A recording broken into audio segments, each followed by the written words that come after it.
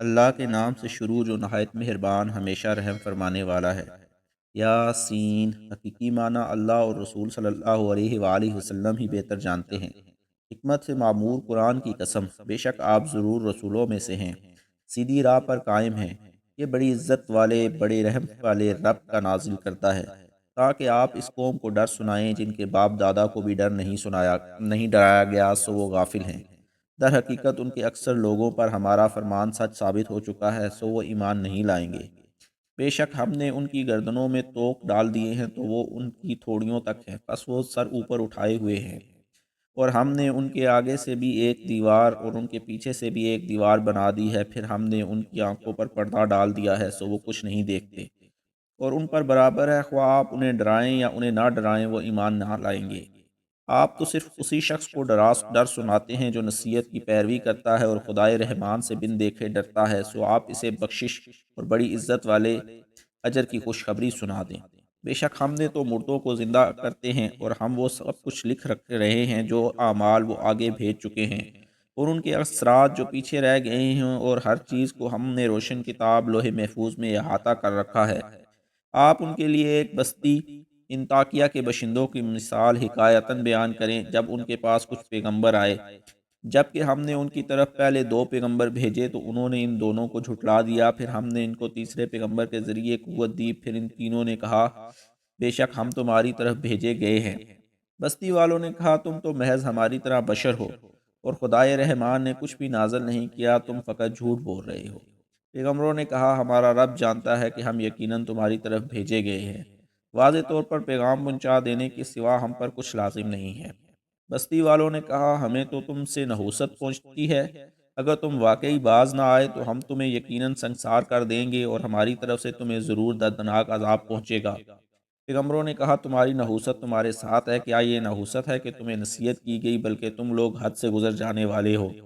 اور شہر کے پرلے کنارے سے ایک آدمی دوڑتا ہوا آیا، اس نے کہا اے میری قوم تم پیغمبروں کی پیروی کرو، ایسے لوگوں کی پیروی کرو جو تم سے کوئی معاوضہ نہیں مانگتے اور وہ ہدایت یافتہ ہیں، اور مجھے کیا ہے کہ میں اس ذات کی عبادت نہ کروں جس نے مجھے پیدا فرمایا ہے اور تم سب اسی کی طرف لوٹائے جاؤ گے۔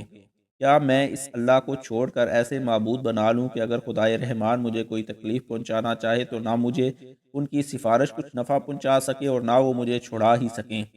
بے شک تب تو میں کھلی گمراہی میں ہوں گا۔ بے شک میں تمہارے رب پر ایمان لے آیا ہوں، سو تم مجھے غور سے سنو۔ اے کافر، اسے کافروں نے شہید کر دیا تو اسے کہا گیا بہشت میں داخل ہو جا۔ اس نے کہا اے کاش میری قوم کو معلوم ہو جاتا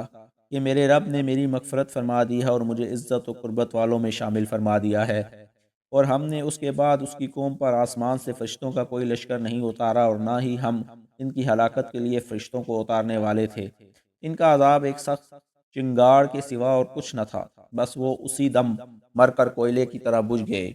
ہائے ان بندوں پر افسوس، ان کے پاس کوئی رسول نہ آتا تھا مگر یہ کہ وہ اس کا مذاق اڑاتے تھے۔ کیا انہوں نے نہیں دیکھا کہ ہم نے ان سے پہلے کتنی ہی قومیں ہلاک کر ڈالیں کہ اب وہ لوگ ان کی طرف پلٹ کر نہیں آئیں گے، مگر یہ کہ وہ سب کے سب ہمارے حضور حاضر کیے جائیں گے، اور ان کے لیے ایک نشانی مردہ زمین ہے جسے ہم نے زندہ کیا اور ہم نے اس سے اناج کے دانے نکالے، پھر وہ اس میں سے کھاتے ہیں، اور ہم نے اس میں کھجوروں اور انگوروں کے باغات بنائے اور اس میں ہم نے کچھ چشمے بھی جاری کر دیے تاکہ وہ اس کے پھل کھائیں، اور اسے ان کے ہاتھوں نے نہیں بنایا، پھر بھی کیا وہ شکر نہیں کرتے؟ پاک ہے وہ ذات جس نے سب چیزوں کے جوڑے پیدا کیے اور ان سے بھی جنہیں زمین اگاتی ہے اور خود ان کی جانوں سے بھی اور مزید ان چیزوں سے بھی جنہیں وہ نہیں جانتے، اور ایک نشانی ان کے لیے رات بھی ہے کہ ہم اس میں سے کیسے دن کو کھینچ لیتے ہیں سو وہ اس وقت اندھیرے میں پڑے رہ جاتے ہیں، اور سورج ہمیشہ اپنے مقررہ منزل کے لیے بغیر رکے چلتا رہتا ہے۔ یہ بڑے غالب بہت علم والے رب کی تقدیر ہے، اور ہم نے چاند کی حرکت و گردش کی بھی منزلیں مقرر کر رکھی ہیں، یہاں تک کہ اس کا اہل زمین کو دکھائی دینا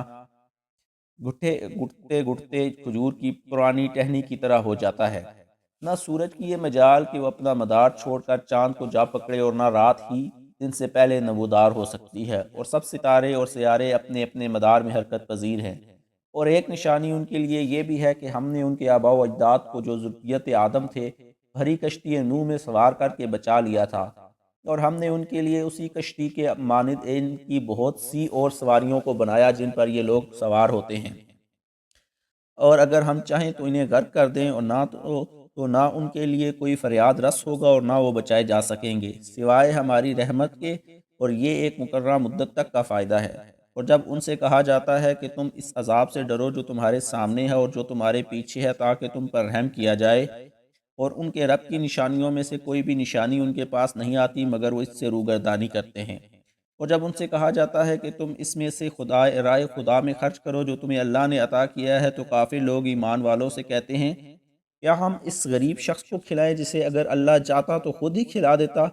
تم تو کھلی گمراہی میں ہی مبتلا ہو گئے ہو۔ اور وہ کہتے ہیں کہ یہ وعدہ قیامت کا پورا ہوگا اگر تم سچے ہو، اور وہ لوگ صرف ایک سخت چنگاڑ کے ہی منتظر ہیں جو انہیں اچانک پکڑے گی، اور وہ آپس میں جھگڑ رہے ہوں گے۔ پھر وہ نہ تو وصیت کرنے کے قابل رہیں گے اور نہ اپنے گھروں کی طرف واپس پلٹ سکیں گے۔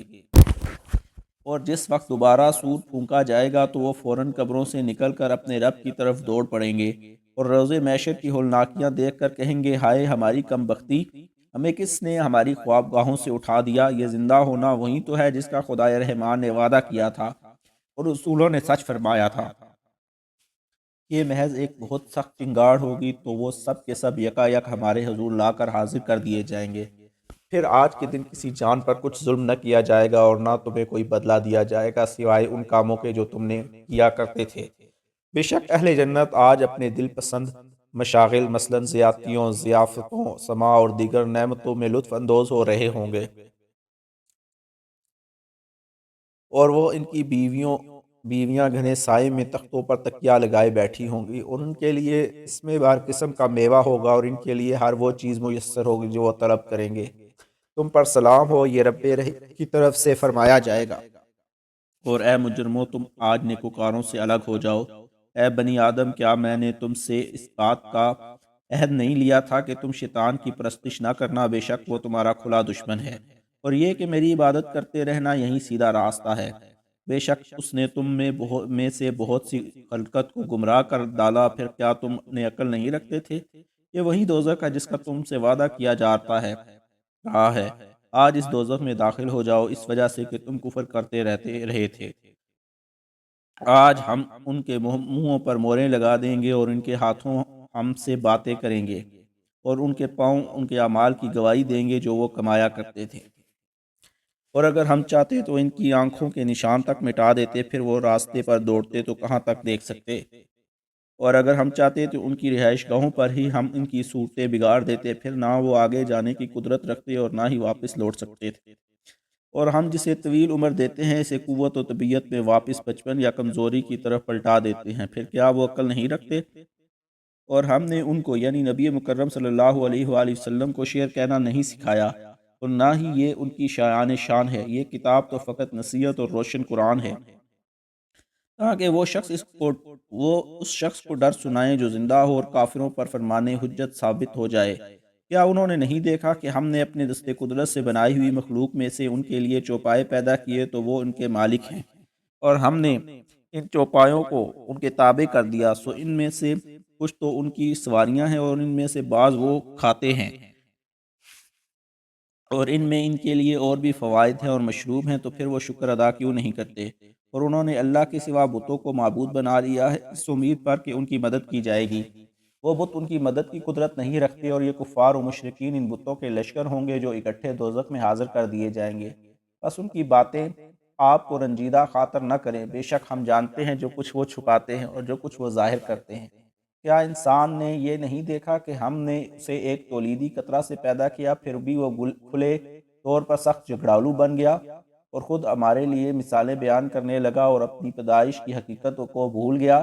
کہنے لگا ہڈیوں کو کون زندہ کرے گا جبکہ وہ بوسیدہ ہو چکی ہوں گی؟ فرما دیجئے انہیں وہی زندہ فرمائے گا جس نے انہیں پہلی بار پیدا کیا تھا، اور وہ ہر مخلوق کو خوب جاننے والا ہے۔ جس نے تمہارے لیے سرسبز درخت سے آگ پیدا کی، پھر اب تم اسی سے آگ سلگاتے ہو۔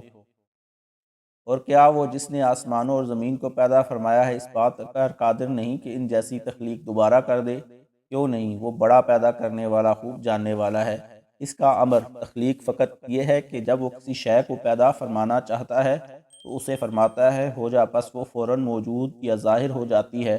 ہوتی چلی جاتی ہے۔ بس وہ ذات پاک ہے جس کے دست قدرت میں ہر چیز کی بادشاہت ہے، تم اسی کی طرف لوٹائے جاؤ گے۔